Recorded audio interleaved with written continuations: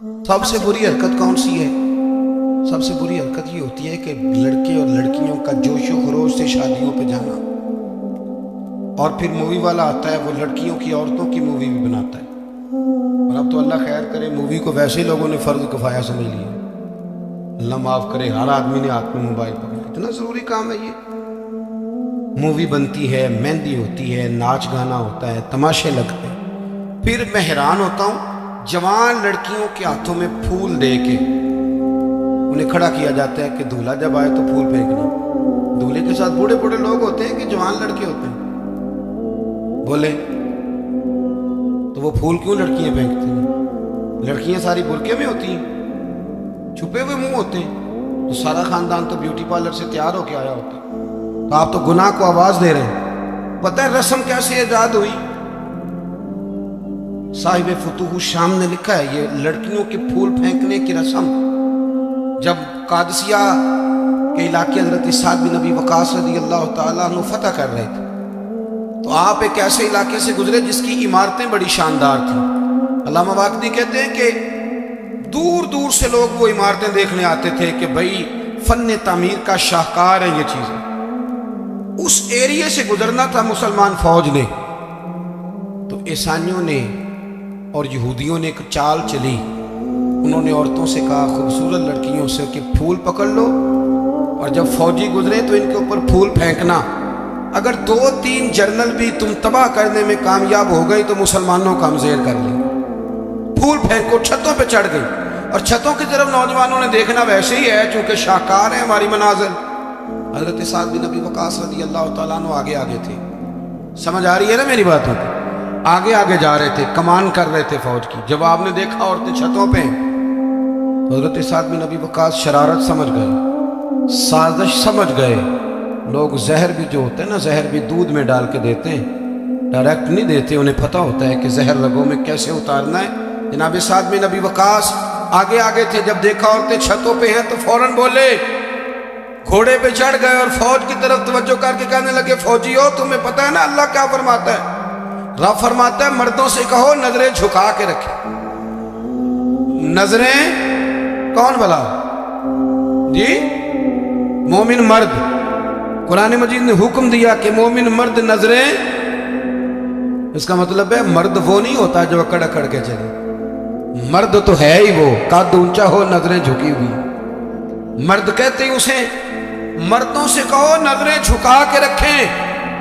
10,000 فوج تھی، عورتیں پھول پھینکتی رہیں، 10,000 فوجی گزر گیا پر ایک نے بھی نظر اٹھا کے نہیں دیکھا۔ جب سارے گزر گئے تو ان عورتوں نے پلیٹیں پھینکی اور کہنے لگی او بے شرمو یہودی اور عیسائیوں، تم کس طرح کے لوگ ہو، اپنے مقاصد کے لیے بہو بیٹیوں کو استعمال کرتے ہو، اور یہ کتنی شان والے ہیں، ایک آیت سنی ہے نظریں جھکا لی ہیں، تم بھی غلط ہو، تمہارا طریقہ بھی غلط ہے۔ آج کے بعد ہم مدینے والے رسول کا کلمہ پڑھیں گے، ہم مسلمان ہوا کریں گے۔ اور ہمارے ہاں شروع انہوں نے کی تھی، اور اللہ خیر فرمائے رنگ ہم نے پکڑ لیا اس کا۔ ہمارے یہاں عورتیں پھول پھینکتی، بزرگ نہیں پھول پھینک سکتے، نوجوان نہیں پھینک سکتے۔ خدا کا خوف کرے۔ اور پھر مرد عورتوں کا اختلاط ہوتا ہے، اور پھر اس سے آگے شادی کے بے پناہ خرچے، بے پناہ قرضہ اٹھا کے شادیاں کرتے ہیں۔ نکاح میں تو 2 آدمی جائیں گے، 2 جوڑے جائیں گے، اور میں آپ کو ایک شرعی حکم بتاتا ہوں، آپ کا سگا بھائی ادھر دیکھو میری طرف، سگا بھائی اپنے بیٹے کی شادی پہ اگر آپ کو نہ بلائے تو اس سے ناراض ہونا جائز نہیں۔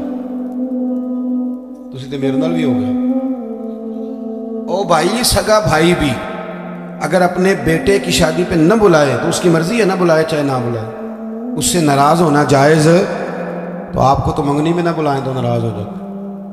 اور اگر کوئی کارڈ بھیج دے نا صرف ولیمے کا، کہنے نے ولیمے تے بھی وہی جان کے جڑے جانج نال گئے سن، اسی صرف ولیمے تے، بھئی فرض ہے آپ کا جانا، ہاں حضور نے حکم دیا ہے کہ ولیمے کی دعوت دے تو ضرور جایا کرو، لیکن اس کے اتنے زیادہ خرچے ہم نے کر دیے، ہمارے بچے اب ناراض نہ ہونا، گناہ اس لیے عام ہو گیا کہ ہم نے نکاح مشکل کر دیا، نکاح مشکل ہو گیا۔